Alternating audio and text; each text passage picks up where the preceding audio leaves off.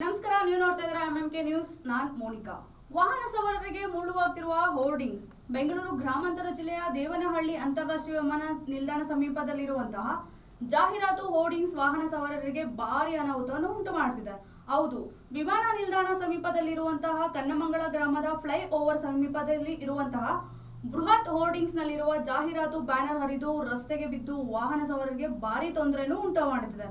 ಆದುದರಿಂದ ಈ ಕೂಡಲೇ ಇದಕ್ಕೆ ಸಂಬಂಧಿಸಿದ ಅಧಿಕಾರಿಗಳನ್ನು ಇದನ್ನು ಪರಿಶೀಲನೆ ಕ್ರಮ ಕೈಗೊಳ್ಳಬೇಕು, ಇಲ್ಲವಾದರೆ ಸಾವಿನ ದವಡೆ ಸಿಲುಕುವುದು ಖಂಡಿತ ಎಂದು ವಾಹನ ಸವಾರರ ಮಾತಾಗಿದೆ. ನಿನ್ನೆ ಸುರಿದ ಭಾರೀ ಮಳೆಗೆ ಬೆಂಗಳೂರು ಗ್ರಾಮಾಂತರ ಜಿಲ್ಲೆಯ ದೇವನಹಳ್ಳಿ ಭಾಗದಲ್ಲಿ ವಾಹನ ಸವಾರರ ಜೀವಕ್ಕೆ ಮುಳುವಾಗುತ್ತಿರುವ ಹೋರ್ಡಿಂಗ್ಸ್ ಸಮಸ್ಯೆ ದಿನದಿಂದ ದಿನಕ್ಕೆ ಗಂಭೀರವಾಗ್ತಿದೆ. ಇದಕ್ಕೆ ಮತ್ತೊಂದು ಕಾರಣವಾಗಿ ವರ್ಷದಲ್ಲಿನ ಮೊದಲ ಮಳೆ ನಿನ್ನೆ ಸುರಿದಿದ್ದು ಪರಿಸ್ಥಿತಿ ಇನ್ನಷ್ಟು ಆತಂಕಕಾರಿಯಾಗಿದೆ.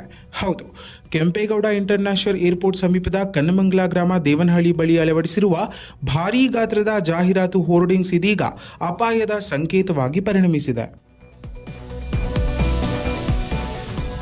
ನಿನ್ನೆ ಸುರಿದ ಮೊದಲ ಮಳೆಯ ಪರಿಣಾಮವಾಗಿ ಜಾಹೀರಾತು ಬ್ಯಾನರ್ ತೀವ್ರವಾಗಿ ದುರ್ಬಲಗೊಂಡು ಹರಿದು ನೇರವಾಗಿ ರಸ್ತೆಗೆ ಬಿದ್ದ ಘಟನೆ ನಡೆದಿದೆ.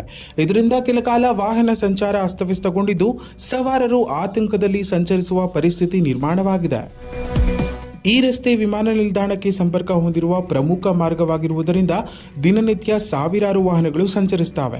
ಮಳೆಯ ಸಮಯದಲ್ಲಿ ರಸ್ತೆ ಜಾರುವಿಕೆಯ ಜೊತೆಗೆ ಇಂತಹ ಹೋರ್ಡಿಂಗ್ಸ್ ಸಮಸ್ಯೆ ಸೇರಿಕೊಂಡ್ರೆ ಅಪಘಾತದ ಸಾಧ್ಯತೆ ದ್ವಿಗುಣವಾಗುತ್ತದೆ.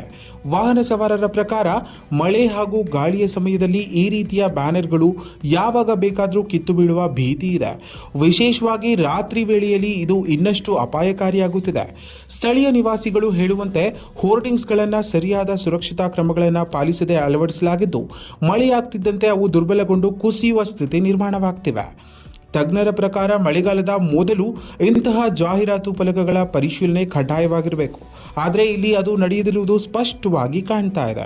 ಇದರಿಂದ ಸ್ಥಳೀಯರು ಹಾಗೂ ವಾಹನ ಸವಾರರು ಸಂಬಂಧಪಟ್ಟ ಅಧಿಕಾರಿಗಳ ವಿರುದ್ಧ ಆಕ್ರೋಶವನ್ನು ವ್ಯಕ್ತಪಡಿಸುತ್ತಿದ್ದು ತಕ್ಷಣ ಕ್ರಮ ಕೈಗೊಳ್ಳುವಂತೆ ಆಗ್ರಹಿಸಿದ್ದಾರೆ.